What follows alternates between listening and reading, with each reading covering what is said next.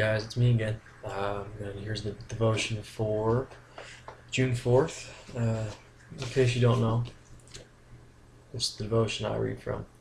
They're coming life by Daily Challenge by Tony Dungy. Get it, read it.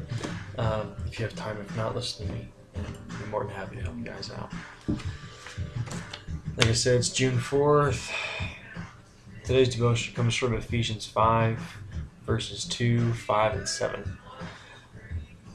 It says, live a life filled with love, following the example of Christ. He loved us and offered himself as a sacrifice for us, and a pleasing aroma to God. And it skips down to verse 5. You can be sure that no immoral, impure, or greedy person will inherit the kingdom of Christ and of God. And verse 7 says, don't participate in the things these people do. It's pretty powerful words this morning. What can we get away from that? What can we get from these verses this morning? Quite simple. Be a Christian. Be who you're supposed to be. Too many times do we compromise. It starts off with very, very small things. I don't want to read my word right now. I'd rather go for a walk. I don't know, making things up. Typically these days, probably I want to play video games, or I want to watch TV, or I want to hang out with my friends. I don't want to read right now. And by not reading your word, you don't get your spirit fed for that day, and when something presents a problem to you, you go ahead and do something else. After that problem presents to you and you don't handle it the way you're supposed to, you mess up, and then people take notice of that. They notice that you made a stupid decision, and now you have to resolve the consequences of it.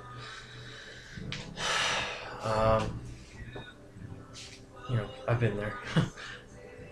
People have been there all the time. As a Christian, you're supposed to set the example. In the devotional with Tony, he does say that a field of flowers gives off a very pungent aroma, very sweet, very tender, very nice, something that you can smell. He also goes on to say that a Christian should be the same way. Why not? Why should we always, hide what we have? People do all the time. Christians hide who they are all the time, in fear that people will judge them.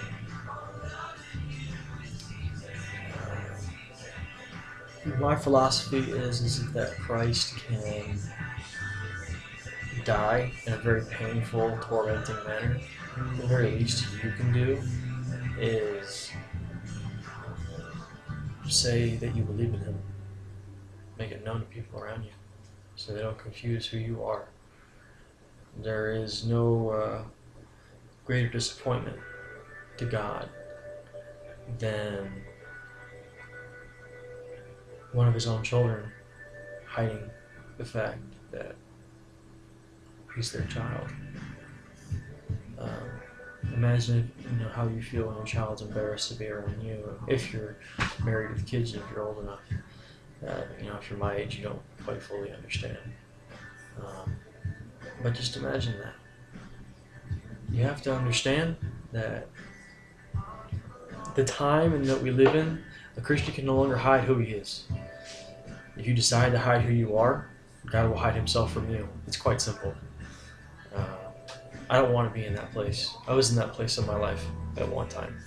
I know how it feels. And you feel no more lost, discouraged, and hurt in that situation. And it's not God's fault, because he has his hand on you. And when he has his hand on top of you, he's protecting you. When you say you don't need him anymore, he's going to take his hand off. So my encouragement for you today is be who you were called to be.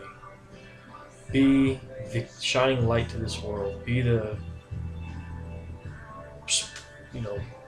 smell the flower with your aroma all over the earth.